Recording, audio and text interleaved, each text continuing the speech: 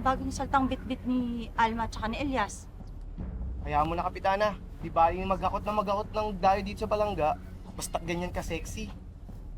Naku, umiral na naman yung kamanyakan mo. Nakakagigil. Umakakit yung dugo ko sa ulo. Ako nang gigigil sa'yo, ya. Kaya na-high blood ang asawa mo sa'yo. Tignan mo. Tignan mo yung kasama ni Elias. Kumakaling sa kala mo parang ahas eh. Naku, alam mo, Kapitana, hindi maganda pakiramdam ko sa mga babaeng to. Parang lapitin ng gulo.